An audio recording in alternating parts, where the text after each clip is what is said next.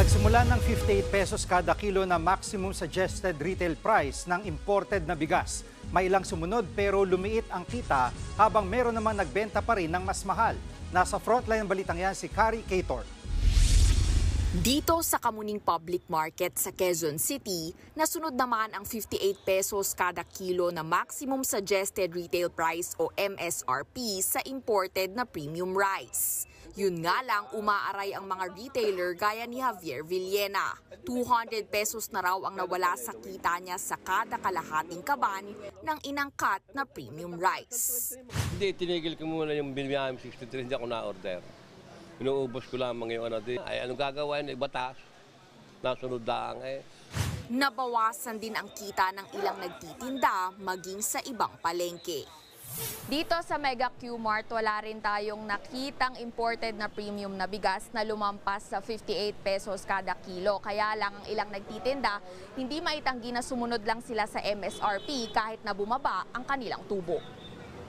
Taliwas naman ang sitwasyon sa ibang pamilihan gaya ng Guadalupe Commercial Complex sa Makati City at Pasay Public Market.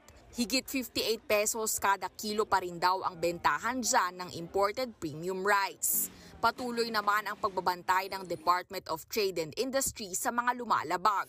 Ang agriculture officials makikipag-usap na rin sa mga supermarket para sa planong pagtatakda ng hiwalay na MSRP.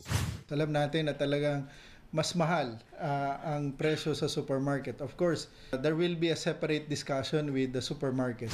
Samantala, sa Miyerkules daw target ng DA na magdeklara ng food security emergency for rice. Kukonsultahin pa rin daw muna nila si Pangulong Bongbong Marcos. Sakaling maaprubahan nga ang rice emergency ngayong linggo, sa February 1 sisimulan ang pagbebenta ng nasa 300,000 metric tons ng bigas mula sa National Food Authority. Nasa ganyang bilang din daw ang target mabili ng NFA sa mga magsasaka ngayong taon. Nagbabalita mula sa Frontline, Kari Cator, News 5. Mga kapatid, Jiggy Manikad po, iba na ang may alam at may pakialam sa panahon ngayon. Para sa konkreto, kumpleto at komprehensibong balitaan sa Frontline, mag-follow at mag-subscribe sa social media pages ng News 5.